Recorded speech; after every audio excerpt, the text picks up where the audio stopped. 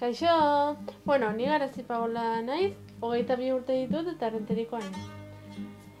Pelukeria ikasten ari naiz, ikusten zuten bezala, nire orrazkera berezia.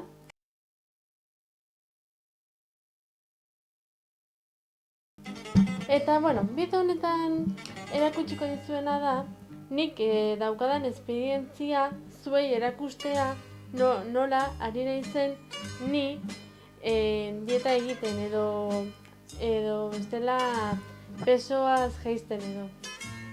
Eta erakutsiko dizuet nola jan behar duzuen ez gizentzeko. Erakutsiko dizuena da KFC-ko elikagai piramidea edo taula. Eta bost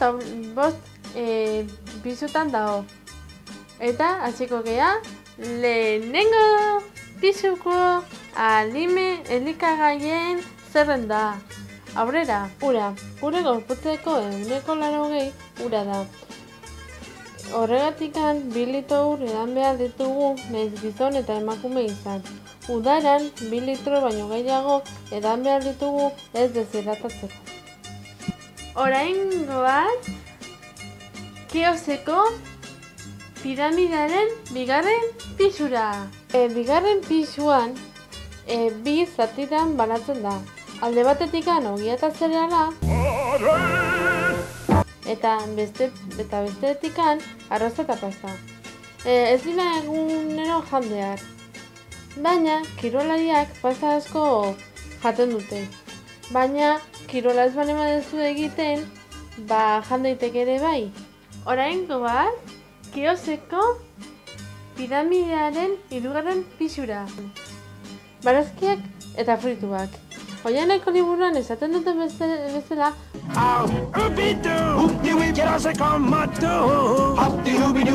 guazen platanoa jatera eta baserritarrak bezala, guazen baratzera barazkia jatera. Jasotzera. KFC-ko piramidearen 4. pisura joango gara. Esnedunak parte batetikan. Haragia, arrautza eta fruitu lehorrak bestaldetikan. Esnedunak adibidez jogurra edo gazta, haragia oilaskoa eta txala, eta fruitu lehorrak pistatxue eta intxaurrak, eta hori noizbehinka jan daitezke. Eta orain, pantadenak KFC-ko piramidaren 5. pisura eta azkeneko pisua. Parte batetikan gozoak, olioak eta grasak. Niri gustatzen zaidana. Gozoak donutxa, bolloa edo bolleriak. Adibidez. Gauza hauek, astean bakarrikan jan ditzakegu. Beste partetikan, kaltzioa, esnea adibidez, D vitamina, B12 vitamina. Vamos, que no conocen ni su fuman.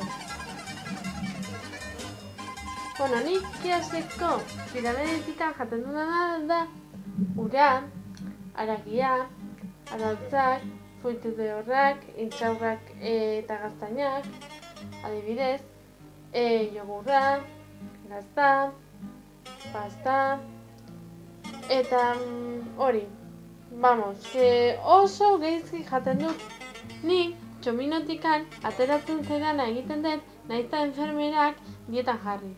Nik ere dantzara egiten dut, zumba izeneko dantza.